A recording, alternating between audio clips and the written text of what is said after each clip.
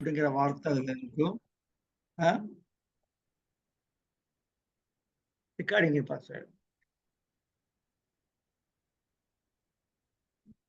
சங்கம்னாலே மக்கள் கூடியிருத்தல் என்று பொருள். இருந்தாலும் இவ்வாறு கருத்து கூறப்பட்டிருக்கிறது.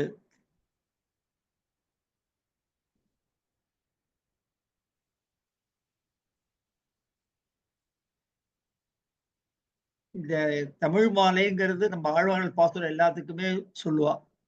அதுல குறிப்பா வேதாந்த தேசிகர் சொல்ற ஒரு வார்த்தை, செய்ய தமிழ் மாலைகள் தெளிய ஓதி தெளியாத மறைநிலங்கள் தெளிகின்றோமே. மறைநிலங்களான வேதங்களை புரிந்து கொள்ள ஆழ்வார்கள் பாசுரங்கள் தான் நம்ம உதவியா இருக்குங்கிறார். சங்க காலம்ங்கிறது கிமு 2ஆம் நூற்றாண்டார், நம்ம 2ஆம் நூற்றாண்டா. அதுக்கப்புறம் ஆண்டாள் முதல்ல எல்லா ஆழ்வார்களும் இருந்தது 5லேருந்து 8. அதனால நிச்சயமா சங்ககால பாடல்களுடைய இன்ஃப்ளூயன்ஸ் ஆழ்வார்கள்ட்ட இருக்கும். நம்ம ஆண்டாள் பாசுரங்களில் அது இருக்கு. அது எப்படி பிரதிபலிக்கிறதுங்கிறத இன்னைக்கு சார் நமக்கு எக்ஸ்பிளைன் பண்ணுவார். இவரை பத்தி சொல்லணும்னாக்க, அவருக்கு ஒரு பெருமையா முதல்லயே போட்டிருக்கார், நான் மதுரைக்காரன் அப்படின்னு. அதனால மதுரைக்காரர் அவர். வைணவ சமய இலக்கியங்களை மொழியாளர் மதுரை பேராசிரியர் உ.வி. அரங்கராஜன் சுவாமியிடம் முறையாக பாடம் கற்றவர். நம்ம அரங்கராஜ சுவாமிகளை நம்ம எல்லாருக்குமே தெரியும். நம்ம மெட்ராஸ் யூனிவர்சிட்டிலையும் அவர் கிளாஸ் எடுத்துட்டு இருந்தார். 4000 திவ்ய பிரபந்த உரைகளில் ஆய்வு மேற்கொண்டவர். தமிழ் இலக்கியங்களில் பயிற்சி உடையவர். கம்பன் பால் காதல் கொண்டவர். கடந்த 15 ஆண்டுகளுக்கு மேலாக ஆழ்வார்கள் அருளிச் செயல் குறித்தும் கம்பராமாயண காப்பியம் குறித்தும் பல்வேறு தமிழ் இலக்கியங்களை பற்றியும் தொடர் சொற்பொழிவுகளும் ஆய்வுரைகளையும் நடத்தியிருக்கிறார். தற்சமயம் மதுரை மன்னர் திருமலை நாயக்கர் கல்லூரியில் தமிழ் துறையில் பேராசிரியராக பணியாற்றி வருகிறார். அவரை நான் பேசுமாறு அழைக்கிறேன்.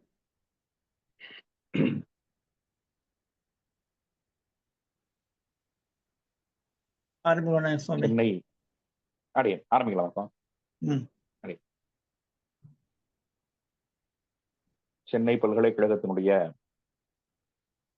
முன்னாள் மாணவர் அமைப்பானது மிகச் சிறப்பாக ஏற்பாடு செய்து கொண்டிருக்கக்கூடிய பல்வேறு நிகழ்வுகளிலே ஒன்றாக இந்த மார்கழி மாதத்திலே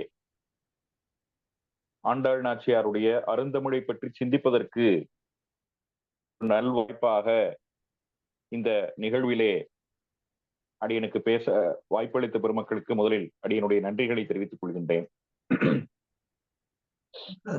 சுவாமி சொன்னதைப் போல திருப்பாவைக்கு ஆண்டாள் வைத்திருக்கக்கூடிய பெயர் சங்க தமிழ் மாலை என்பதுதான். திருப்பாவை என்கின்ற இந்த பெயர் பிற்காலங்களிலே நம்முடைய பூர்வாச்சாரியர்களாலே 4000 திவ்ய பிரபந்தத்தை தொகுத்தளித்த ஸ்ரீமன் நாதமுனிகளாலே இந்த திருநாமமானது சூட்டப்பட்டிருக்கின்றது. பாவை நோன்பை அடிப்படையாக வைத்து எழுந்த நூல் என்பதனாலே அதற்கு திருப்பாவை என்கின்ற பெயர் பொருத்தத்தோடு சூட்டப்பட்டிருக்கின்றது. ஏறத்தாழ 4000 திவ்ய பிரபந்தம் முழுவதற்குமே இப்படியாகத்தான் அவர்கள் பெயர்களை சூட்டி இருக்கின்றார்கள். எங்கேயுமே சுவாமி நம்மாழ்வார் தான் பாடின நூலுக்கு திருவாய்மொழி என்று பெயர் இருப்பதாக அவர் எங்குமே அவர் தெரிவிக்கவில்லை. அதே போல இதர ஆழ்வார்களும் கூட தங்கள் நூல்களுக்கு அவர்கள் இன்னபடிதான் பெயரிட்டிருக்கிறார்கள் என்று அவர்கள் எங்கேயுமே காட்டவில்லை. ஆனாலும் கூட பெரியவர்கள் இந்த பெயர்களை எல்லாம் அவர்கள் பலவிதமான காரணங்கள் கருதி ஆங்காங்கே இந்த பெயர்களை அவர்கள் சூட்டி இருக்கின்றார்கள் என்பதை நாம் பார்க்கின்றோம். அந்த வகையிலே திருப்பாவை என்கின்ற பெயர் பூர்வாச்சாரியர்களாலே சூட்டப்பட்டிருந்தாலும் கூட இந்த சங்கத்தமிழ் மாலை என்பது ஆண்டாளுடைய திருவாக்காகவே அமைந்திருக்கக்கூடியதான ஒரு பெயர் என்று நாம் பார்க்கிறோம். சங்கத்தமிழ் மாலை என்கின்ற இதை ஆண்டாள் தனது திருவாக்காகவே அமைத்திருக்கின்றாள் என்பது அதற்கு அமைந்திருக்கக்கூடிய ஒரு தனிப்பெருமை என்பதை காட்டிலும் அந்த சங்கத்தமிழ் மாலை என்பதற்கு வியாக்கியாதாக்கள் கொண்டிருக்கக்கூடிய பொருள், உரையாசிரியர்கள் கொண்டிருக்கக்கூடிய பொருள் என்பது சங்கம் என்கின்ற சொல்லுக்கு அவர்கள் கழகம் என்பதாக பொருள் கண்டிருக்கிறார்கள். கழகம் அப்படின்ற சொல்லுக்கே, பழைய தமிழ் சங்கத்துக்கே கழகம் என்பதுதான் பொருளாக அமைந்திருந்தது. கழகம் என்று சொன்னால் கூடும் இடம் என்பது பொருள். அதனாலதான் திருவிளையாடல் புராணத்தை சொல்கின்ற பொழுது, தழல் நிற கடவுள் கழகமோடு அமர்ந்து தமிழ் ஆய்ந்த என்று சங்கத்தை பற்றி சொல்கின்ற பொழுது அதற்கு கழகம் என்று பெயர் இருந்ததை திருவிளையாடல் புராணம் பதிவு செய்கின்றது. அதனால இங்கேயும் கூட கழகமாக, கோஷ்டியாக இவர்கள் இந்த பாவை நோன்பை நோற்றார்கள், கிருஷ்ணானுபவம் பண்ணினார்கள் என்கின்ற பொருளையே உரையாசிரியர் பெருமக்கள் வழங்கி இருக்கிறார்கள். பெரியவாச்சான் பிள்ளை பாவைக்களம் என்பதற்கு ஒரு இடத்துல அவர் வியாக்கியானம் செய்கின்ற பொழுதே, கண்ணனும் நாமுமாக கழகமிடும் இடம் என்பதாக கூட ஒரு இடத்துல அவர் இந்த சொல்லையே அவர் பயன்படுத்துகின்றார். கழகமிடுதல் என்று சொன்னால் இந்த இடத்துல கோபியர்களும் கண்ணனுமாக அவர்கள் சந்திக்கக்கூடிய இடம் சங்கேத ஸ்தலம் என்று அந்த பாவைக்களம் என்பதற்கு அவர் உரை எழுதி செல்கின்றார். அப்போ சங்கம் என்று சொன்னால் ஒரு கோஷ்டி என்பதாக இங்கே பொருள். தமிழ் இலக்கியங்களையும் சங்க இலக்கியங்கள் என்று சொல்லுகின்றோம். தமிழ் இலக்கியங்களை சங்க இலக்கியங்கள் என்று சொல்வதற்கான முக்கியமான காரணம், பழந்தமிழ் இலக்கியங்களை சங்க இலக்கியங்கள் என்று சொல்வதற்கான முக்கியமான காரணம், அவை தமிழ் சங்கம் என்கின்ற இடத்திலே அரங்கேற்றம் செய்யப்பட்ட பெருமையுடையன என்கின்ற காரணத்தினாலே முதற் சங்கம், இடைச்சங்கம், கடைச்சங்கம் என்றெல்லாம் சங்கங்கள் இருந்ததை பல்வேறு இலக்கியங்கள் நமக்கு பதிவு செய்கின்றன. இதை பற்றி பலவிதமான பார்வைகள் இருக்கு, ஆய்வுகள் உண்டு. இருந்தாலும் கூட அந்த சங்கத்துடைய காலம் என்ன, அப்படி 3 சங்கங்கள் இருந்தனவா என்பதை பற்றி எல்லாம் கூட பலவிதமான சர்ச்சைகள் இலக்கிய உலகத்தில் இருந்தாலும் கூட இது ஒரு புகழ்பெற்ற வழக்கு. சங்க இலக்கியம் என்று சொல்லக்கூடியதும் சங்க புலவர்கள் என்று சொல்லக்கூடியவர்களும் அவர்கள் பழந்தமிழ் இலக்கியங்கள் என்று நாம் இன்றைக்கு தமிழ் மொழியினுடைய சிறப்பாக நாம் எடுத்துக்கொள்ளக்கூடிய பட்டுப்பாட்டும் எட்டுத்தொகையும் சங்க இலக்கியங்கள் என்கின்ற சிறப்பை பெற்றிருக்கின்றன. அப்படிப்பட்ட அந்த சங்க இலக்கியங்களுடைய காலத்துக்கு பிற்பாடுதான் ஆழ்வார்களுடைய காலம் என்பது ஆய்வாளர்களுடைய கருத்தாக அமைந்திருக்கின்றது. அதனால் அந்த சங்க இலக்கியங்களுடைய சாயல் என்பது ஆழ்வார்களுடைய பாசுரங்களிலே படிந்திருப்பது இயற்கையாக நிகழக்கூடிய ஒரு விஷயம் என்பதை நாம் பார்க்கின்றோம். அந்த சங்க தமிழர்களின் இலக்கண இலக்கிய மரபுகளெல்லாம் அடியொற்றித்தான் ஆழ்வார்களுடைய அருந்தமிழ் பாசுரங்கள் எழுந்திருக்கின்றன என்பதை நாம் பார்க்கின்றோம். அந்த வகையிலே திருப்பாவை சங்க தமிழர்களுடைய சிந்தனையோடு எந்தெந்த வகையெல்லாம் ஒத்துப்போகின்றது என்பதை பேசுவதாக இந்த உரையை அமைத்துக் கொள்ளலாம் என்று எண்ணுகின்றேன். மக்களே, சங்கத்தமிழர்கள் அவர்களுடைய வழிபாடு மிகுந்த செல்வாக்கு பெற்றிருந்தது. அவர்கள் திருமாலை போற்றினார்கள், துதித்தார்கள். திருமாலுடைய பெருமையை பல இடங்களிலே அவர்கள் பதிவு செய்திருக்கின்றார்கள். தொல்காப்பியம் முல்லை நில கடவுளாக திருமாலை சொல்லுகின்ற பொழுது மாயோன் மேய காடுரை உலகம் என்று சொல்லுகின்றது. மன்னர்களை திருமாலுக்கு ஒப்பிட்டு பேசுவது என்பது ஒரு பழந்தமிழ் மரபு. இந்த மரபுக்கு பூவை நிலை என்று பெயர். பூவை பூ என்பது காயாம்பூ என்று சொல்லக்கூடிய அந்த பூவிற்கு பூவை பூ என்பது பெயர்.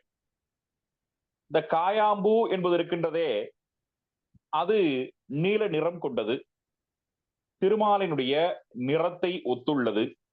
ஆனபடினாலே அந்த மன்னர்களை திருமாலுக்கு ஒப்பிட்டு பேசும் இந்த புறத்துறைக்கு பூவை நிலை என்று பெயர் சூட்டி இருக்கின்றார்கள்.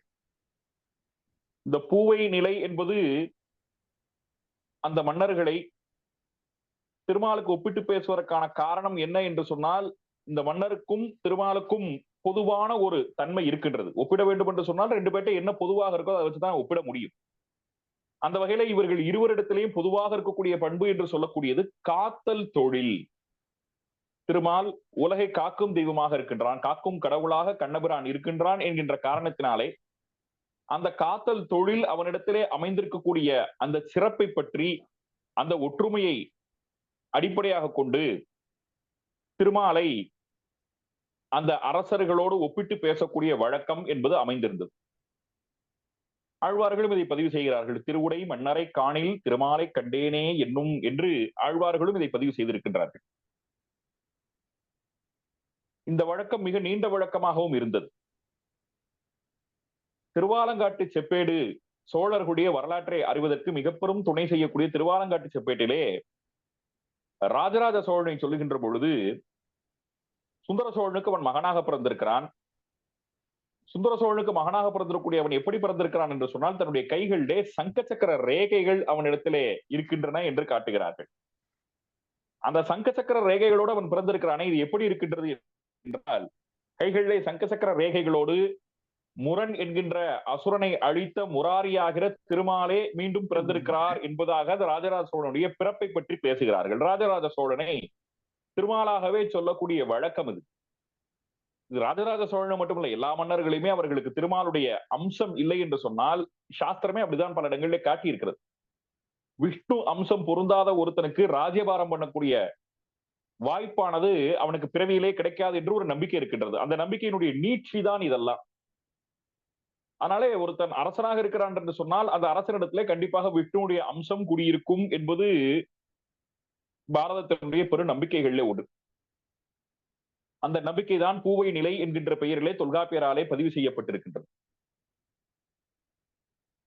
இப்படி திருமாலை பற்றி பல்வேறு இலக்கியங்கள், குறிப்பாக பரிபாடல் போன்ற இலக்கியங்கள் எல்லாம் திருமாலுடைய புகழ் பாடுவதை விரிவான அளவில் அந்த புகழ் பாடுவதை நாம் காண்கின்றோம். பரிபாடல் மட்டுமல்ல, அதற்கு பிற்பாடு தோன்றியிருக்கக்கூடிய சிலப்பதிகாரமாக இருக்கட்டும். சிலப்பதிகாரத்திலே இளங்கோவடிகள் ஆய்ச்சியர் குரவை பகுதியிலே சொல்லுகின்ற பொழுது நாராயணா வெண்ணா நாவெண்ண நாவே என்று அவர் சொல்லுகின்றார். கரியவனை காணாத கண்ணென்ன கண்ணே என்று அவர் பாடுகின்றார். அதனால் இந்த திருமாலுடைய புகழ் பாடுதல் என்கின்ற மரபெல்லாம் சங்க காலத்திலேயே இருந்தது என்பதற்கு இதெல்லாம் சாட்சியாக நமக்கு அந்த இலக்கியங்கள் தெரிவிக்கின்றன. அந்த சங்கத்தமிழர்கள் அவர்கள் தைன் நீராடல் என்கின்ற வழக்கத்தை அவர்கள் மேற்கொண்டார்கள். இந்த தைன் நீராடல் என்பது அம்பாவாடல் என்றும் அழைக்கப்பட்டிருப்பதாக இதை பற்றி மிக விரிவாக மூராகவையங்கார சுவாமி அவர் தன்னுடைய ஆராய்ச்சி தொகுதி என்கின்ற ஒரு கட்டுரை தொகுப்பிலே மிக முக்கியமான ஒரு கட்டுரையை அவர் வரைந்திருக்கின்றார். ஆய்வுத்துறையிலே ஆர்வம் இருக்கக்கூடியவர்கள் நிச்சயமாக அந்த கட்டுரையை படிக்குமாறு வேண்டுகிறேன். ரொம்ப அற்புதமான ஆராய்ச்சி. அந்த ஆராய்ச்சியிலே அவர் அந்த தைன் நீராடல் என்கின்ற வழக்கம்தான் பிற்காலங்களிலே இந்த பாவை நோன்பாக புதிதாக வடிவமைப்பை ஏற்றிருக்கிறது என்பது அவருடைய திருவுள்ளம். தைன் நீராடல் என்பது எப்பொழுது தொடங்கியது என்பதை பற்றியெல்லாம் அவர் பலவிதமான குறிப்புகள் கொடுக்கிறார்.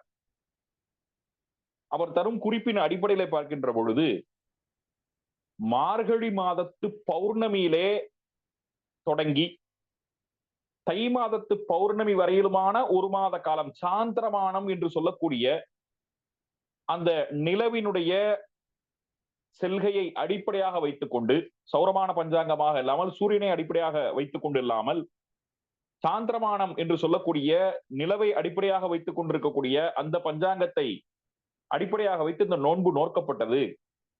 அதனாலதான் இது பௌர்ணமியிலே நோக்கப்பட்டது அப்படின்ற வழக்கங்களை எல்லாம் அவர் காட்டுகின்றார். அதனுடைய ஒரு பதிவு தான், அதனுடைய ஒரு சாயல் தான் ஆண்டாள் கூட தன்னுடைய நோன்பை மார்கழி திங்கள் என்று அவள் தொடங்குகின்றாள் என்பது அவருடைய திருவுள்ளமாக இருக்கின்றது. இது மார்கழி 1ஆம் தேதியிலிருந்து 30ஆம் தேதி இப்ப இருக்கக்கூடிய இந்த வழக்கம் இருக்கிறதே, இந்த வழக்கம் பிற்காலங்களிலே ஏற்பட்டதுதான் என்பது அவருடைய திருவுள்ளம். அது சரி தப்புன்னா நாம வாதிட வேண்டியதில்லை. என்னைக்குமே பழைய வழக்கங்களை எல்லாம் புதிய வடிவங்களை மாற்றிக்கொள்வதுதான் இலக்கியத்தினுடைய இயல்பு. அந்த பழைய வழக்கத்திற்கு இருக்கக்கூடிய நோக்கத்தை அது பிற்காலங்களே மாற்றத்தான் செய்யும். அதெல்லாம் நம்மால எந்த காலத்தையும் தவிர்க்க முடியாது என்று சொன்னால் இலக்கியம் என்பது இப்படியான ஒரு தன்மையில தான் அது வளர முடியும். ஒரு ஆறு பாய்ந்தது என்று சொன்னால் அந்த ஆறே என்ன பண்ணும்னா, நீங்க பழைய நதிகளுடைய வரலாற்றை எல்லாம் நீங்கள் பார்த்தீர்கள்னா உங்களுக்கு அது புரியும். ஒரு ஆறு பாய்ந்து வருகிறதுன்னு சொன்னா ஒரே பாதையில அந்த ஆறு பாய்ந்து இருக்காது. சில சந்தர்ப்பங்களிலே ஆறு தன்னுடைய வழித்தடத்தை கூட அது மாற்றிக்கொள்ளக்கூடிய இயல்பு அதன் இடத்துல இருக்கு. அது மாதிரி இலக்கியமும் ஒரு பேர ஆறுதான். சங்ககால வாழ்க்கை என்று சொல்லக்கூடியது காதலையும் வீரத்தையும் முதன்மையாக வைத்துக் கொண்டு வாழ்ந்த வாழ்க்கையாக இலக்கியங்கள் பேசக்கூடிய செய்தி காதலும் வீரம் தான் அதுக்கு முதன்மையான செய்தி. அப்படி காதலையும் வீரத்தையும் பற்றி பேசக்கூடிய இந்த சங்க இலக்கியங்கள் எல்லாம் மனிதர்களை மையமிட்டு மனித வாழ்க்கையை மையமிட்டு அந்த இலக்கியங்கள் எல்லாம் பேசிக் கொண்டிருந்தன. நம்ம பரிபாடல்ல பேசியிருக்கார், திருமலை பத்தி பேசியிருக்கார், அங்க பேசிருக்கு இங்க பேசிருக்குன்னு சொன்னா கூட அதெல்லாம் அங்கொன்றும் இங்கொன்றுமாக பேசப்பட்ட செய்திகள் தானே ஒழிய சங்க காலத்திலே முழுக்க முழுக்க பக்தியை பற்றி பேசக்கூடிய அப்படின்னு சொல்லி ஒரே ஒரு நூல் என்று சொன்னால் அது திருமுருகாற்றுப்படை ஒண்ணுதான். அது மட்டும்தான் தெய்வத்தை பற்றி மட்டுமே முழுமையாக பேசுகின்றது. இப்ப பரிபாடல் எடுத்துக்கிட்டா பரிபாடல் திருமாலையும் பேசும், செவ்வேளையும் பேசும். அதே மாதிரி அகத்துறை சார்ந்து தலைவன் தலைவியர்களுடைய வாழ்வியல் சார்ந்து வையை பாடல்கள் எல்லாம் அந்த அகத்துறை சார்ந்த பாடல்கள். அப்போது பக்திக்கு மட்டுமே முதன்மை கொடுத்திருக்குன்னு நம்ம சொல்ல முடியாது. ஆனா திருமுருகாற்றுப்படை அப்படி இல்லை. திருமுருகாற்றுப்படை ஏறத்தாழ முழுக்க முழுக்க சங்க காலத்திலேயே ஒரு பக்தி இலக்கியம் என்கின்ற பெருமை இருக்குமானால் திருமுருகாற்றுப்படை ஒன்றுக்குத்தான் உண்டு. அதனாலே முழுக்க முழுக்க இறைவனை பற்றி பாடுவது என்கின்ற வழக்கம் அந்த காலத்துல இல்லை.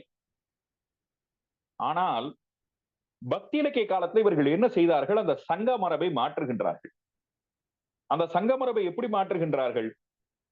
அவர்கள் மனிதர்களை பற்றி பாடக்கூடிய அந்த பெருமையை அந்த புகழ்ச்சியை எல்லாம் இறைவனை நோக்கி திருப்புகின்றார்கள். மடை மாற்றம் என்று சொல்லுகின்றார்களே, அந்த ஒரு பெரிய மடை மாற்றம் நடக்கின்றது. மனிதர்களுக்காக என்றிருந்த அகவாழ்வை, மனிதர்களுக்காக என்றிருந்த பேசப்பட்ட புற வாழ்வை எல்லாம் இறைவனை நோக்கி திருப்பி இறைவனிடத்திலே தாங்கள் காதல் கொள்வதாக, பராங்குஷ நாயகி பரகால நாயகி என்கின்ற பெயரிலே தாங்கள் காதல் கொள்வதாக அந்த பழைய அக இலக்கிய மரபைத்தான் ஆழ்வார்கள் நாயிகா பாவம் என்கின்ற பெயரிலே அவர்கள் பாசுரங்களாக அவர்கள் ஏற்றினார்கள்.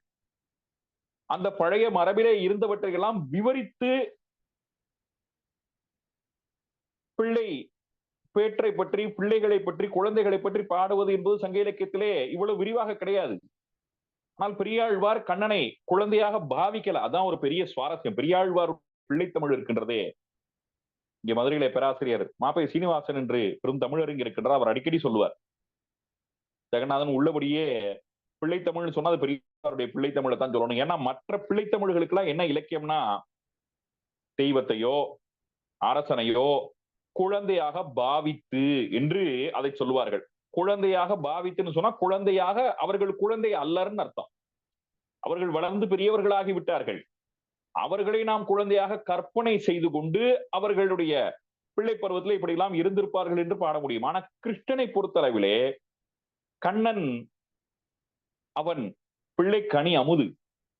இன்றைக்கும் கிருஷ்ணன் வளர்ந்த பிற்பாடு அவன் செய்த பல பல சாகசங்கள்லாம் இருந்தாலும் கூட அவனுடைய குழந்தை பருவ பால லீலைகள் என்றும் நம்முடைய நெஞ்சை விட்டு அகலாமல் அந்த குழந்தையாகவே அவன் செய்திருக்கக்கூடிய பல பல லீலைகள் நமக்கு பாகவத புராணம் போன்றவற்றை நமக்கு கிடைக்கின்றன. ஆனால் அந்த புராணங்களை எல்லாம் கற்றவர்கள் அவனை குழந்தையாக பிள்ளை தெய்வமாக நாம் இன்றும் வணங்குகின்றோம், வழிபடுகின்றோம். ஒரு குழந்தையை கொஞ்சினால் கூட கண்ணா அப்படின்னு சொல்லி கூப்பிட்டு கொஞ்சிடும். அப்போ மற்ற தெய்வங்களை குழந்தை பருவத்திற்கு கற்பனை செய்ய வேண்டும், மன்னர்களை கற்பனை செய்து பாட வேண்டும். ஆனால் பெரியாழ்வார் பாடி இருக்கக்கூடிய பாசுரங்கள், அவர் பாடியிருக்கக்கூடிய இந்த பிள்ளைத்தமிழ் இருக்கின்றதே, அது மிக இயல்பாக குழந்தையின் மீதாக குழந்தை உருவத்தில் இருக்கக்கூடிய பாலகிருஷ்ணனை நோக்கி பாடியிருப்பதனால் அது இயல்பாக இருக்கிறது என்றெல்லாம் அவர் சொல்லுவார். அதனால் குழவி மருங்கினும் கிழவதாகும் என்கின்ற அந்த பழைய சங்க மரபை ஆழ்வார் பிள்ளைத்தமிழ் இலக்கியமாக அவர் மாற்றி கொடுக்கின்றார். அப்ப அந்த சங்க இலக்கியத்துடைய தடத்தை பின்பற்றி இவர்கள் ஒரு புதிய திசையிலே பயணம் செய்கின்றார்கள். பக்தி திசையிலே இவர்கள் பயணம் செய்கின்றார்கள். இதை போலத்தான் நாம் நாயன்மார்களுடைய பாக்களிலேயும் இந்த இயல்பெல்லாம் இருப்பதை நாம் பார்க்கலாம். அப்போ ரொம்ப அடிப்படையிலே சங்க இலக்கிய பாடல்களுக்கும் பக்தி இலக்கிய பாடல்களுக்கும் எந்த வித்தியாசம் இருக்குது என்றால், அது மன்னர்களை பற்றி பாடக்கூடியது, அது அழியக்கூடிய மனிதர்களை பற்றி பாடக்கூடியது, இது அழியாத பரம்பொருளை நோக்கி பாடப்பட்டிருக்கிறது என்பதுதான் முதன்மையான வேறுபாடு என்று நாம் சொல்ல வேண்டும். ஆழ்வார்களே இதை பல இடங்களிலே சொல்லுகின்றார்கள். உங்களுடைய நாவிலே இருக்கக்கூடிய இன் கவிகளை நீங்கள் இந்த மனிதர்களுக்கு வழங்காதீர்கள், அவர்களை நோக்கி பாடாதீர்கள். நீங்கள் இதையெல்லாம் மின் புலவீர்கள் மெய் வருத்தி கை செய்மினோ என்றெல்லாம் ஆழ்வார் அதை திருமொழிகளிலே அவர் தம்முடைய திருவாய்மொழியே அதெல்லாம் எடுத்து சொல்லுகின்றார். புலவர்களை பார்த்தெல்லாம் அவர் உபதேசம் செய்கின்றார். சொன்னால் விரோதம் இது ஆகிலும் சொல்லுவன் என்று அவர்களிடத்திலே அதெல்லாம் எடுத்து சொல்லி உபதேசம் செய்து, இனிமேல் இந்த மாதிரி மனிதர்களை பற்றி பாடி பொருள் தேடுவதற்காக பாடாதீர்கள், அருள் தேடுவதற்காக பாடுங்கள் என்று அதையெல்லாம் எடுத்து சொல்லக்கூடிய பாசுரங்கள் எல்லாம் கூட நாம் பார்க்கின்றோம். அந்த மடைமாற்றத்தினுடைய ஒரு அம்சம்தான் தை நீராடல் என்கின்ற அந்த வழக்கம் ஆண்டாள் நாச்சியாராலே பாவை நோன்பாக அது மடைமாற்றப்பட்டிருக்கிறது என்று நாம் பார்க்கின்றோம். இந்த பாவை நோன்பு என்று சொல்லக்கூடியது அது தமிழ் வழக்கத்திலேயும் இருந்திருக்கின்றது. கிருஷ்ணாவதார காலத்திலே கோபிகைகள் ஆயர்குல பெண்கள் இதை அவர்கள் அனுஷ்டித்தார்கள். அதைத்தான் ஆண்டாள் அனுகரித்தாள் என்பதெல்லாம் வியாக்கியாதாக்கள், உரையாசிரியர் பெருமக்கள், திருப்பாவினுடைய அவதாரிகளை நமக்கு காட்டியிருக்கின்றார்கள். ஆக ஒரு தமிழ் வழக்கமாகவும் அதே சமயத்திலே வட பாரதத்திலே அங்கே கோபிகைகளுடைய அனுஷ்டானத்திலே இருந்த ஒன்றாகவும் இருந்த இரு வழக்கங்களையும், இதான் மாலைன்னு சொல்லக்கூடிய மாலைன்னு நீங்க பார்த்தா மாலைன்றது ரெண்டு பக்கமா இருக்கணும். ஒரு பக்கமா இருந்தா அது பேர் மாலை இல்லை, அது பேர் சரம். அப்போ மாலை என்பது இரண்டு பக்கமாக இருக்க வேண்டும். ஒரு பக்கம் தமிழர்களுடைய தை நீராடல் என்கின்ற வழக்கின்றது, இன்னொரு பக்கம் இந்த வட பாரதத்திலே கண்ணன் இருந்த காலத்திலே அந்த கண்ணனையே கணவனாக பெற வேண்டும் என்பதற்காக கோபிகைகள் அவர்கள் காத்தியாயினி விரதம் என்கின்ற பெயரில் அனுஷ்டித்தார்களே, அந்த விரதத்தினுடைய செய்திகளையும் ஆண்டாள் ரெண்டு பக்கத்தையுமாக இணைத்து அவள் நமக்கு தந்திருப்பதுதான் இந்த சங்க தமிழ் மாலை என்று சொல்லக்கூடிய. அதிலே சங்கத்தமிழர்கள் என்னென்ன பெருமைகளை எல்லாம் சொல்லியவர்கள் திருமாலை போற்றினார்களோ அந்தந்த பெருமைகளை எல்லாம் நமக்கு ஆண்டாளும் தன்னுடைய பாசுரத்திலே எடுத்து காட்டி இருக்கின்றார். அவர்கள் எந்தெந்த சிறப்புகள் எல்லாம் திருமாலுக்கு அவர்கள் எடுத்து பேசினார்களோ அந்தந்த சிறப்புகளை எல்லாம் ஆண்டாளும் தன்னுடைய திருப்பாவில எடுத்து பேசியிருக்கின்றார். அப்படியாக அவள் சொன்ன சில செய்திகளை இனி நாம் பார்க்கலாம். பகவான் அவன்தான் ஜெகத்காரணன் என்பதிலே தமிழர்களுக்கு உடன்பாடு இருந்தது. சங்கத்தமிழ் பெருமக்கள் அவனுடைய காரணத்துவத்தை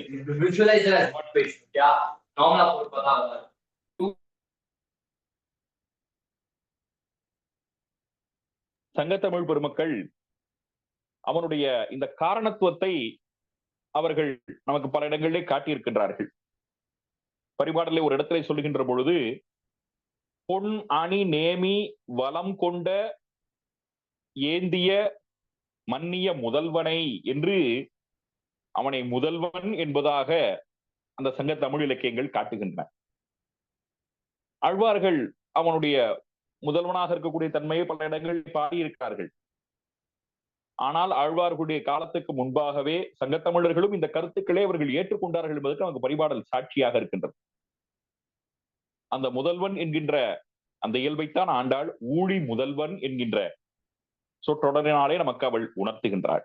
ஊழி முதல்வன் என்ற ஆண்டாள் சொன்ன அதே செய்தி சங்கத்தமிழர்களால் காட்டப்பட்டிருக்கிறது என்று பார்க்கின்றோம். அவன் ஊழி முதல்வனாக இருந்தான் என்பதற்கு எது அடையாளமாக இருக்கின்றது? சங்கத்தமிழ் இலக்கியங்கள் நமக்கு காட்டுகின்ற மாயோம் கொப்பூழ் மலர்ந்த தாமரை என்று காட்டுகின்றன. ஆண்டாள் சொல்றாள் இல்லையா, குழல் அழகர், வாயழகர், கண்ணழகர், கொப்பூழில் எழு கமலப்பூ அழகர் என்று சொல்லுகின்றாலே அவன் பத்மநாபனாக இருக்கின்றானே, பாழியன் தோடுடை பற்பனாபன், அவன் ஊழி முதல்வன். அந்த ஊழி முதல்வனா இருக்கக்கூடிய எம்பெருமான் தான் பற்பனானாக அவன் இந்த சிருஷ்டியை பிரம்மாவை கொண்டு இந்த வியஷ்டி சிருஷ்டி என்று சொல்லக்கூடியதான பகுதி படைப்பு சமஷ்டி சிருஷ்டி பண்ணுகின்ற பொழுது அவன் ஊழி முதல்வனாக இருந்தான். அந்த சமஷ்டி சிருஷ்டி என்று சொல்லக்கூடியது பிரம்மாவை சிருஷ்டி பண்ணுவதற்கு முன்பாக இருக்கக்கூடிய மூலப்பொருள்களை படைக்கக்கூடிய நிலை ஊழி முதல்வன் என்கின்ற நிலை. அந்த ஊழி முதல்வன் என்கின்ற நிலையில இருந்து வியஷ்டி சிருஷ்டி செய்ய வேண்டும் என்பதற்காக பிரம்மாவை படைத்து அந்த பிரம்மாவின் மூலமாக இந்த உலகத்தை அவன் படைக்கின்றானே, மாநிலம் இயலா முதன்முறை தோன்றிய வாய்மொழி மகனோடு மலர்ந்த தாமரை பொகுட்டு என்று அந்த தாமரை பொகுட்டிலே அந்த தாமரை மலரிலே பிரம்மாவை படைத்திருக்கும்படியான அந்த செயலை சங்க இலக்கியங்கள் நமக்கு எடுத்து காட்டுகின்றன. அந்த எம்பெருமான் அவனுடைய தனித்துவமான அடையாளங்கள் என்று சொல்லும்படியாக ஸ்வரூப நிரூபக தர்மம் என்பதாக சொல்லும்படியாக அவனுக்கென்றே இருக்கும்படியான முதன்மையான ஒரு அடையாளம் என்று சொல்லக்கூடியது அவன் கருடனை தனக்கு வாகனமாக கொண்டிருப்பது. வேதாத்மா விககேஸ்வரகா என்று சொல்லும்படியாக வேதமே கருடனுடைய உருவாக இருக்கிறது என்பது வைணவ பெருமக்களுடைய நம்பிக்கை. அதனால அந்த வேத ரூபியாக இருக்கக்கூடிய கருடன், அந்த கருடனை பகவான் தனக்கு வாகனமாக அவன் கொண்டிருக்கின்றான். அந்த கருடனுக்கு அவன் தலைவனாக இருக்கின்றான். அப்படி கருடனுக்கு தலைவனாக இருப்பதன் வாயிலாக அவன் வேதத்திற்கு தலைவனாக இருக்கின்றான் என்ற பொருள் இங்கே தேறுகின்றது. அப்படி வேதத்துக்கு தலைவனாக கருடனுக்கு தலைவனாக எம்பெருமான் இருக்கின்றான் என்கின்ற காரணத்தினாலதான் எம்பெருமானுக்கு கருட கொடி, ஒவ்வொரு தெய்வங்களுக்கும் ஒவ்வொரு கொடி இருக்கின்றதே, அதே போல பகவானுக்கு கருட துவஜன் அப்படின்னு பகவானுக்கு பெயர் இருக்கின்றது. அவன் கருட கொடி உடையவனாக இருக்கின்றான். புட்கொடி உடைய கோமான் என்கின்றார்கள் ஆழ்வார் பெருமக்கள். அப்படி புட்கொடி உடைய கோமானாக இருக்கக்கூடிய அவன் புல் அரையனாக திகழக்கூடிய செய்தியை ஆண்டாள் நமக்கு பதிவு செய்கின்றாள். அவன் புல்லரையன் என்கின்ற செய்தியை சங்கத்தமிழர்களும் அவர்கள் பதிவு செய்கின்றார்கள். செவ்வாய் உவனத்து உயர் கொடி, உவனம் என்று சொல்வது பறவை, அந்த பறவை கொடி உடையவனாக பறவையேறு பரம்பொருடனாக அவன் திகழக்கூடிய அந்த செய்தியைத்தான் செவ்வாய் உவனத்து உயர் கொடி என்று அந்த கருட கொடி அவன் கொண்டிருக்கக்கூடிய அடையாளத்தை சங்க இலக்கியங்கள் பதிவு செய்திருக்கின்றன. சேவல் ஊர்தி என்று அவன் வாகனமாக கருடன் அமைந்திருக்கின்றான். கேட்டீரேல் நம்பிமீர்கள் கருட வாகனனும் நிற்ப சேட்டதன் வேகத்து செல்வம்பார் திருக்கின்றீரே என்கிறாரே ஆழ்வார். அந்த கருட வாகனனாக அவன் நிற்கின்றானே, அதை சேவல், சேவல் என்பது இந்த இடத்துல நாம் இன்னைக்கு உலக வழக்கில இருக்கக்கூடிய அந்த சேவல் கோழி அப்படின்றது இல்ல. பொதுவாவே சேவல் கோழின்றதே நாம் இப்போ ஒரு உயிரினத்துக்கு மட்டும்தான் சொல்றோம். ஆனா தமிழ் இலக்கியங்களிலே பறவை இனங்களுடைய ஆண் வர்க்கங்கள் யாவற்றுக்கும் சேவல் என்பது பெயர், பெண் வர்க்கங்கள் யாவற்றுக்கும் கோழி என்பது ஒரு பெயராக இருக்கின்றது என்று நாம் பார்க்கின்றோம். அந்த அடிப்படையிலே சேவல் என்பது இங்கே ஆண் பறவையாக இருக்கக்கூடிய கருடனுக்கு இருக்கக்கூடிய பெயர். ஆக அவன் சேவல் ஊர்தி என்று அந்த கருடனை தனக்கு வாகனமாக கொண்டிருக்கின்றான் என்கின்ற செய்தியை இங்கே பதிவு செய்திருக்கின்றார். அதைத்தான் ஆண்டாளும் புல்லரையன் என்று அவள் சொல்கின்றார். அவன் பார்க்கடலுள் பையத்துயின்ற பரமன் என்று நமக்கு எடுத்து காட்டுகின்றாள் ஆண்டாள். வெள்ளத்து அறவில் துயிலமர்ந்த வித்து என்பது அவளுடைய திருவாக்கு. இந்த செய்திகள் எல்லாம் சங்கத்தமிழர்கள் நமக்கு பதிவு செய்து காட்டுகின்றார்கள். அவன் பார்க்கடலிலே பைய துயின்றிருக்கின்றான் என்பதை அணங்குடை அருந்தலை தீ உமிழ் திறனொடு முடிமிசை அணை வர என்று தீ உமிழ் நாகமாக இருக்கக்கூடிய அந்த நாக அணையிலே அவன் சயனித்திருக்கின்றான் என்கின்ற செய்தியை நமக்கு சங்க இலக்கியங்கள் பதிவு செய்கின்றன. அவன் மல்லரை மாட்டிய தேவாதி தேவன் என்கின்றாள் ஆண்டாள். மல்லரை மாட்டிய தேவாதி தேவன்னா அவனுடைய தோல் வலி வீரம் இருக்கின்றதே, அந்த வீரத்தை இங்கே அவள் எடுத்து பேசுகின்றாள். அவன் மல்லர்களை வெற்றி கொண்ட வரலாற்றை சங்கப்புலவர்களும் பதிவு செய்திருக்கின்றார்கள். அவர்கள் சொல்லுகின்றார்கள், ஒரு இடத்திலே முல்லைக்கலி என்கின்ற இலக்கியம் பேசுகின்றது, மல்லரை மரம் சாய்த்த மால் என்று பேசுகின்றது. அந்த மல்லர்களுடைய மரம் என்பது இந்த இடத்துல அவர்களுடைய வீரம், அவர்களுடைய வலிமை. அந்த மல்லர்களுடைய வீரம் கெடும்படியாக அந்த மல்லரை சாய்த்தான் என்று அவனுடைய பெருமை பேசப்பட்டிருக்கின்றது. அவன் தேவாதி தேவனாக இருக்கின்றான் என்கின்ற தன்மையைத்தான் அமரர்க்கும் முதல்வன் நீ என்று பரிபாடல் பேசுகின்றது. அதனால் அவன் தேவாதி தேவன். அவன் நாற்ற துழாய் முடி சூடி இருக்கின்றான். நாற்ற துழாய் முடி என்பது அந்த திருத்துழாயினுடைய நறுமணத்தையும் சேர்த்து ஆண்டாள் இங்கே பேசிவிட்டாள்.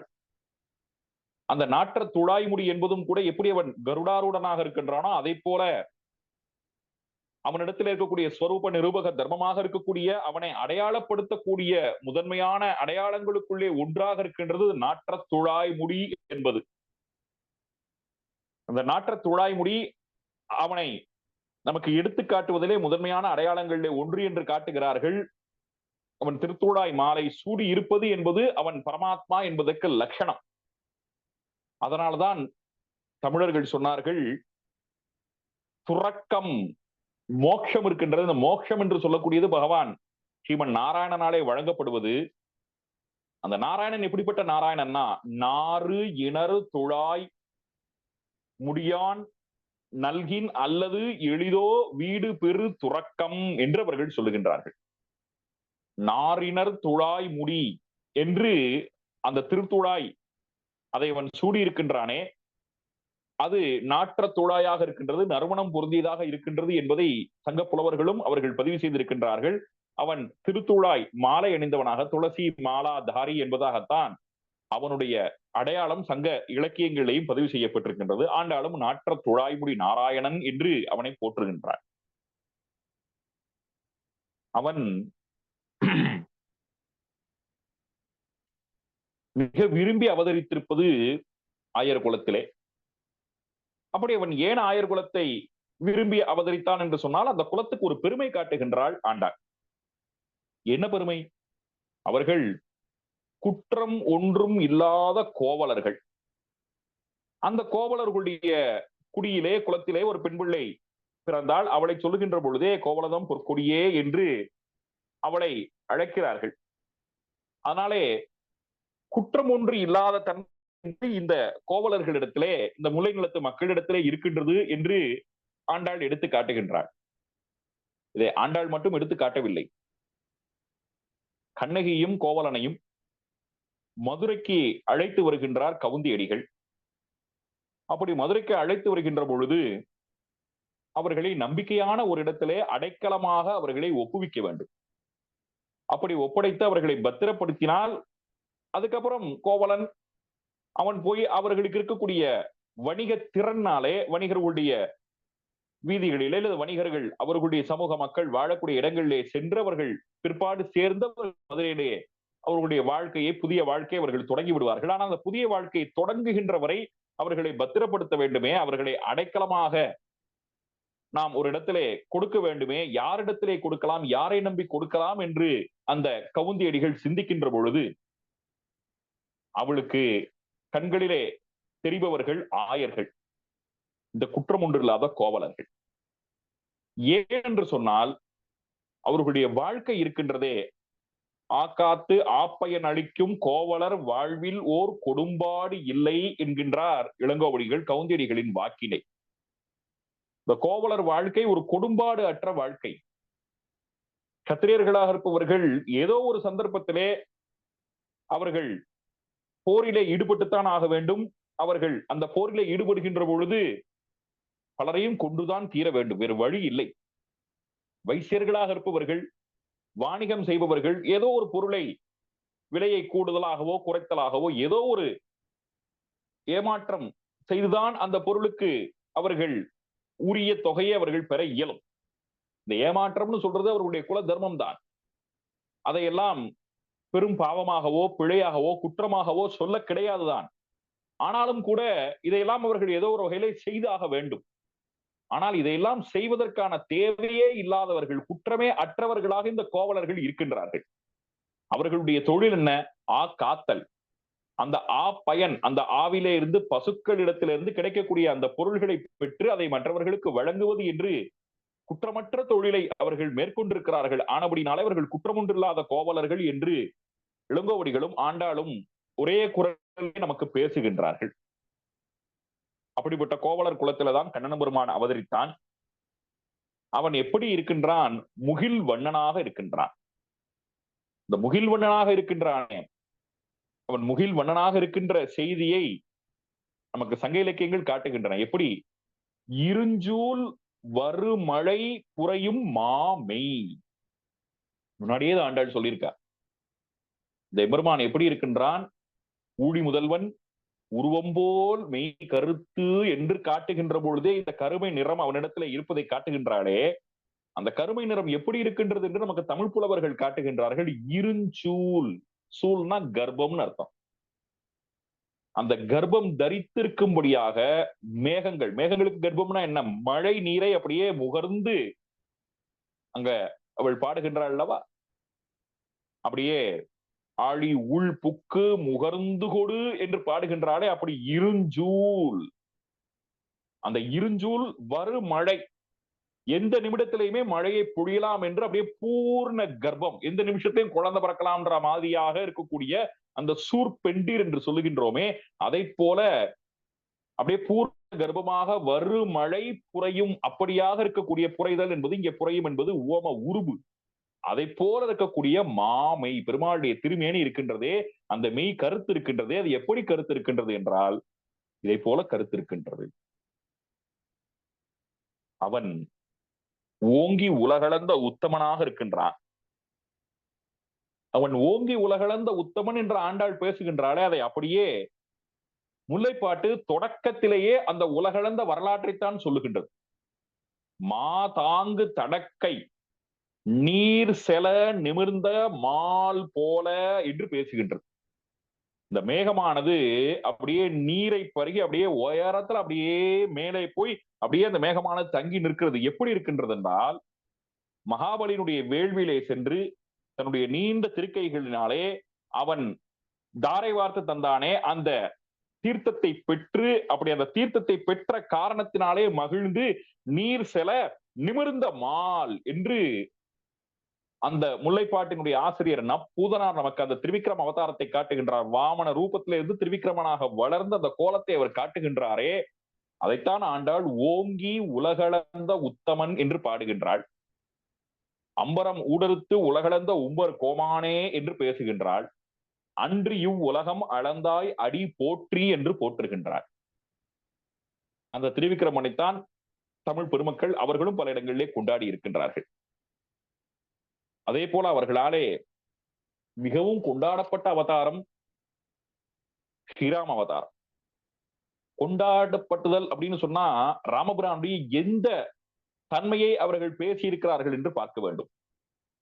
ராமபிரானை பற்றி புறநானூற்றிலே பாட்டு இருக்கிறது, அகநானூற்றிலே பாட்டு உண்டு. அதற்கு மேலாக ராமபிரானை பற்றி சங்க இலக்கியங்களிலே இன்னும் சொல்ல போனால் சிலப்பதிகாரத்தை ராமபிரானை பற்றி அழகான புகழ் மொழிகள் எல்லாம் கூட இருக்கின்றன. அதையெல்லாம் சொல்லுகின்ற பொழுது ராமபிரானுடைய வலிமையை, வீரத்தை போற்றி இருக்கிறார்கள் தமிழர்கள். ஆண்டாலும் கூட சினத்தினால் தென்னிலங்கை கோமானை செற்ற மனத்துக்கு இனியான் என்று அந்த வீரத்தை சொல்லி, அப்படிப்பட்ட வீரன் எங்களுடைய மனத்துக்கு இனியவன் என்று ஆண்டாலும் சொல்லுகின்றாள். அதே போல அவன் ராவணனை வென்ற வீரத்தை இவள் பேசுகின்ற பொழுது கூட எப்படி சொல்றா அவ, கிள்ளி களைந்தானை, பொல்லா அரக்கனை கிள்ளி களைந்தானை என்று சொல்லுகின்றாள். கிள்ளி களைதல்னா அனாயாசமாக செய்வதுன்னு அர்த்தம். அனாயாசமா எப்படி செய்ய முடியும்?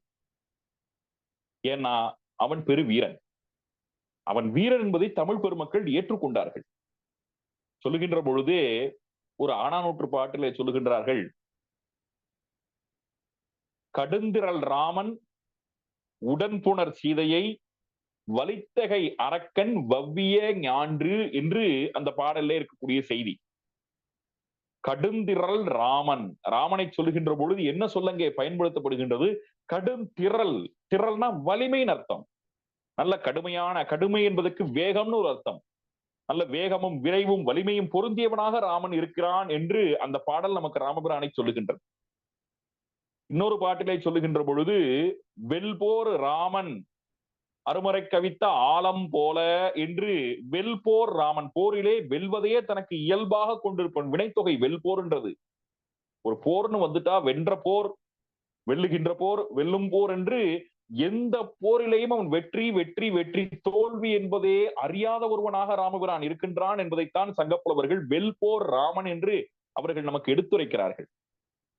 அதே போல கோவலனும் கண்ணகியும் பிரியக்கூடிய புகார் நகரம் எப்படி இருக்கிறது என்பதை சொல்லுகின்ற பொழுது இளங்கோவடிகள் அருந்திரல் பிரிந்த அயோத்தி போல என்று சொல்லுகின்றார். அருந்திரல், திரள்னாலும் வலிமை, அருமைப்பாடு உடைய வலிமை. இவனை போல இந்த திரள் வேறு யாருக்கும் இல்லை என்று சொல்லும்படியான அந்த திரள் வாய்ந்தவனாக அவன் இருந்தான் என்பதனாலேதான் அவனை அருந்திரல் ராமன் என்று இளங்கோவடிகள் சொல்லுகின்றார். அந்த தென்னிலங்கை இருக்கின்றது. அந்த இலங்கை பழைய ஊர். இளங்கோவடிகள் சொல்லுகின்ற பொழுது தொல்லிலங்கை கட்டழித்த சேவகன் என்று சொல்லுகின்றார். தொல் இலங்கை என்று சொல்லுகின்றார். அவனுடைய கட்டு அழியும்படியாக அந்த இலங்கையை வெற்றி கொண்டான் ஆண்டாலும் சொல்றார். தென் இலங்கை என்று அவள் சொல்லுகின்றார். அதனாலே அந்த இலங்கையை ராமபிரான் வெற்றி கொண்டவன், அவன் மாவீரன் என்பது சங்க தமிழர்களுடைய கருத்தாக அமைந்திருக்கின்றது. அந்த கருத்தைத்தான் ஆண்டாலும் தன்னுடைய பாசுரங்களே அவள் பதிவு செய்திருக்கின்றார். அது மட்டுமல்ல, அந்த இறைவன் தான் புகழ்ச்சிக்கு உரியவன், நம்மாலே புகழத்தக்கவன். அவனுடைய கீர்த்திமை பாடிப்போய் என்று ஆண்டாள் சொல்லுகின்றார். கீர்த்தி என்றால் புகழ் என்று பொருள்.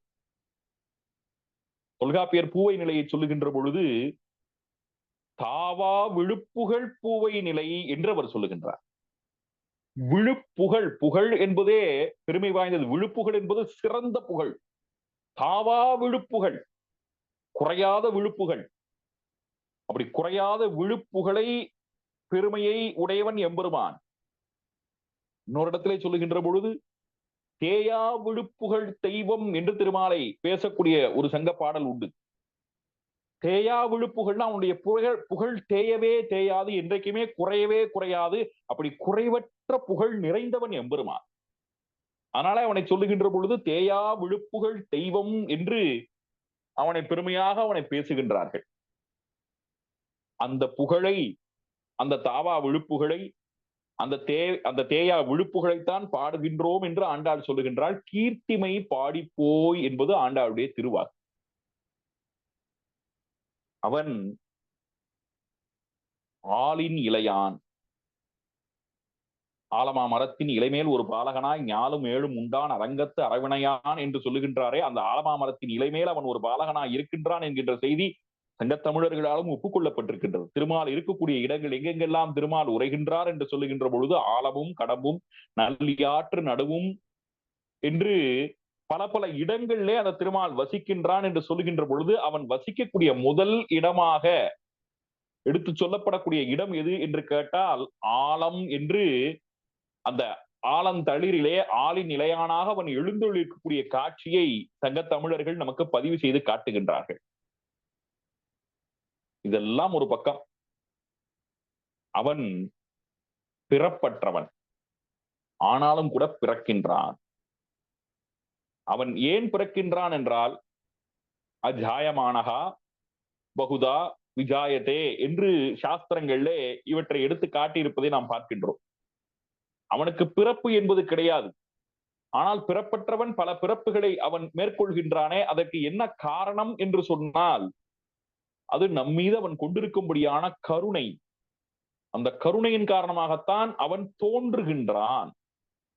அப்படி அவன் தோன்றுவதற்கான காரணம் நம் மீது அவன் வைத்திருக்கக்கூடிய கருணை.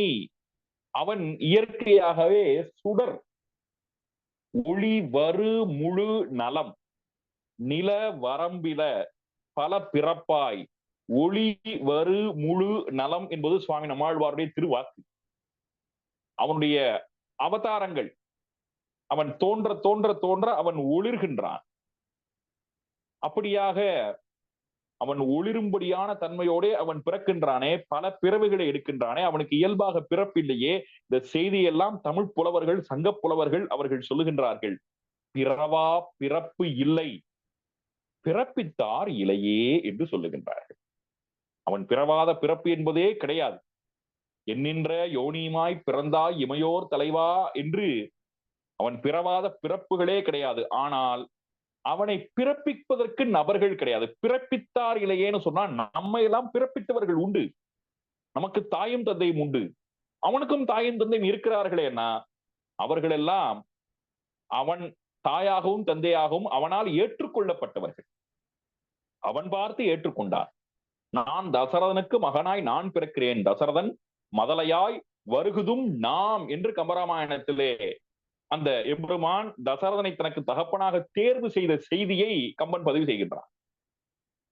அப்படி அந்த தாயும் தந்தையும் தானே தேர்வு செய்து கொண்டு தானே பிறந்து நம்மை பிறவி சூழலிலிருந்து மீட்கக்கூடிய தெய்வமாக திருமால் திகழ்கின்றான். ஆனபடினாலே பிறவா பிறப்பில்லை, பிறப்பித்தார் இலையே என்று அவனுடைய அவதாரத்தினுடைய பெருமையை பாடுகின்றார்களே. ஜென்ம கர்மசமே திவ்யம் என்ற திவ்யமான அவதாரத்தை அவர்கள் போற்றி பாடுகின்றார்களே.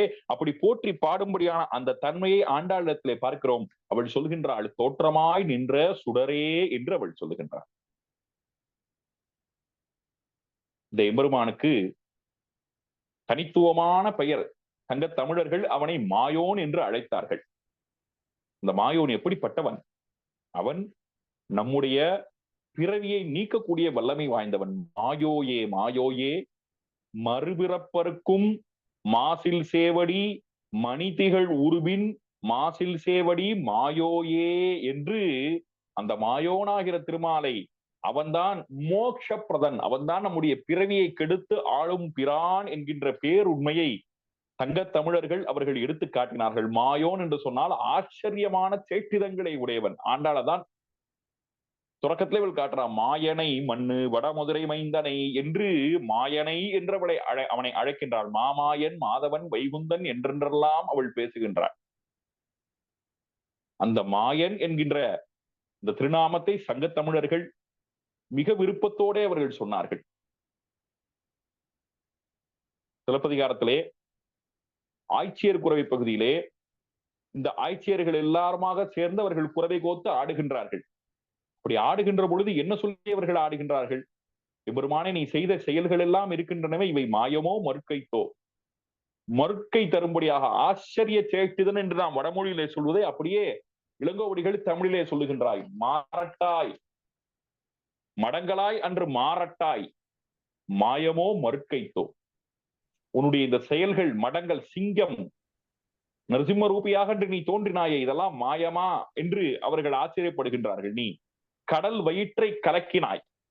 அப்படி கடல் வயிற்றை கலக்கிய நீ ஒரு ஆய்ச்சி கடைந்த வெண்ணெய்க்காக அந்த வெண்ணெயை அதை போய் திருடி தின்றாயே, இது மாயமா மறுக்கைத்தா என்று அந்த மாயன் என்பது ஆச்சரிய சேஷ்டிதமுடையவன். அவனுடைய பெருமையை எண்ணி பார்க்கின்ற பொழுது நமக்கு வியப்பாக இருக்கின்றது. கடல் வயிற்றை கலக்கக்கூடிய அளவிற்கு அவனுக்கு வலிமை இருக்கின்றது. ஆனால் ஆய்ச்சி கடைக்கயிற்றால் அவள் எடுத்த அந்த வெண்ணெய் இருக்கின்றதே, அந்த கடைக்கயிற்று வெண்ணெயின் மீது உனக்கு இப்படி ஒரு ஆசை இருக்கின்றதே என்று யோசிக்கின்ற பொழுது உன்னுடைய செயல்கள் எல்லாம் மாயமாகவும் மறுக்கைத்தாகவும் இருக்கின்றதே என்று அவர்கள் தமிழ் பெருமக்கள் பேசினார்களே, அதைத்தான் ஆண்டாள் மாயன் என்ற திருநாமத்தினாலே அவள் பேசினார். அதனால் பெருமக்களே, ஆண்டாளுடைய இந்த பாசுரங்கள் சங்கத் தமிழர்கள் காட்டியிருக்கக்கூடிய, சங்கத்தமிழர்கள் போற்றி இருக்கக்கூடிய அந்த திருமாலினுடைய பெருமைகளை எல்லாம் எடுத்து பேசும்படியாகத்தான் அமைந்திருக்கின்றன என்பதை நாம் இந்த திருப்பாவையை உற்று நோக்கினால் நமக்கு தெரிகின்றது. அதனால்தான் இதற்கு இந்த சங்கத் தமிழ் மாலை என்கின்ற பெயரும் பொருத்தமாக அமைந்திருக்கின்றது என்று நாம் பார்க்கின்றோம். இப்படிப்பட்ட ஆண்டாளுடைய திருவாக்கை எல்லாம் தொகுத்து காணும்படியான ஒரு நல்ல வாய்ப்பை இந்த மார்கழி மாதத்திலே வழங்கி இருக்கக்கூடிய நம்முடைய பார்த்தசாரதி சுவாமி அவர்களுக்கும், பரிந்துரைத்த ஆமருவி தேவநாதன் சுவாமி அவர்களுக்கும் அடியேன் நன்றிகளை தெரிவித்துக் கொண்டு ஆண்டாளுடைய திருவடிகளுக்கு பல்லாண்டு பாடி அமைகின்றேன். ஆண்டாள் திருவடிகளே சரணம். அருமையான சொற்பொழிவு சுவாமி, மிக நன்றாக இருந்தது. மார்கழி மாதத்தில் எங்களுக்கு ஒரு பெரிய கிஃப்ட் இது. Now I request Devi Kannabiran to propose the vote of thanks. அடியேன் நமஸ்காரம் டு ஆல். ஆண்டாள் திருவடிகளே சரணம். சுவாமியோடது ப்ரொஃபசர் ஜெகநாதனுடைய சொற்பொழிவு ரொம்ப ரொம்ப அருமையா இருந்தது. எப்படின்னாக்க நம்ம இப்ப கேட்கறது எல்லாமே வியாக்கியானங்கள், திருப்பாவைக்கு இருக்கிற வியாக்கியானங்கள் 4000படி ஈராயிரப்படி அழகிய மணவாள பெருமாள் நாயனார் அருளியது, ஆய் ஜனநாச்சாரியார் அருளினதுன்னு இப்படி கேட்டுட்டு இருக்கோம். இதனுடைய வேற ஒரு மறுபக்கமா அவர் சங்க இலக்கியத்திலேருந்து எப்படி ஒவ்வொன்றும் ஒவ்வொரு பாசுரத்தையும் எடுத்து அதுல இருக்கிற பேரும் அந்த முன்னாடி பரிபாடல்ல, தொல்காப்பியத்துல, சிலப்பதிகாரத்திலாம் எப்படி வந்தது அதெல்லாம் ரொம்ப அருமையா. அந்த சங்ககால பக்தி இலக்கியம் ஒன்னே ஒண்ணுதான் இருந்தது, திருமுருகாற்றுப்படை. அதுக்கப்புறமா மன்னர்களை பத்தி பாடுறத விட அதுக்கு ஒரு சொன்னால் விரோதம் இதுன்னு திருவாய்மொழி பாசுரத்தையும் எடுத்து சொன்னார். அந்த பக்தி இலக்கியம் அருள் தேடுவதற்காக பாட வேண்டியது. அததான் தை நீராடல், அத பாவை நோன்புன்னு எடுத்து சங்க இலக்கியத்துக்கும் அப்புறம் ஆழ்வார்களுடைய காலத்துக்கும் ஒப்புமை பண்ணி ஒவ்வொரு பாசுரத்தையும் ரொம்ப அருமையா விளக்கி சொன்னது இது ஒரு பெரிய ஆய்வு கட்டுரைக்கு ரொம்ப அழகா வழிவகுத்திருக்கு. இது ரொம்ப குறைஞ்ச நேரத்துல அங்கங்கேருந்து அவர் எடுத்து சொன்னதையே ரொம்ப அருமையா நோட் பண்ணும்படியா இருந்தது. முகில் வண்ணன், ஓங்கி உலகளந்த உத்தமன், அந்த அவதார ராம அவதாரம், கிள்ளி களைந்தானை, தென்னிலங்கை கோமான், தோற்றமாய் நின்ற சுடரே, மாமாயன், இந்த மாதிரி ஒவ்வொன்றுத்துக்கும் அவர் பக்தி இலக்கிய அந்த சங்ககால இலக்கியத்திலேருந்து எடுத்து சங்கத்தமிழ் மாலைக்கு ரொம்ப அழகான ஒரு இது கொடுத்திருக்காரு. இந்த நேரம் பத்தல எங்களுக்கு ரொம்ப it is an eye opener for us to listen to you, sir. Thank you very much. On behalf of our alumni association, I am thanking you, sir. Thank you very much. உங்களுக்கு பரவாயில்லையே, video வந்துருது madam. Andal கிருபைன்னு நினைக்கிறேன். Okay, sir. Thank you very much, Mr. Jagannath. Thank Yeah, you. a fantastic evening. Thank you, one and all. Till we meet next time, next month. Thank you, everyone. I officially end the meeting now. And this recording will be on our YouTube channel soon, tonight or so. Thank you. Thank you.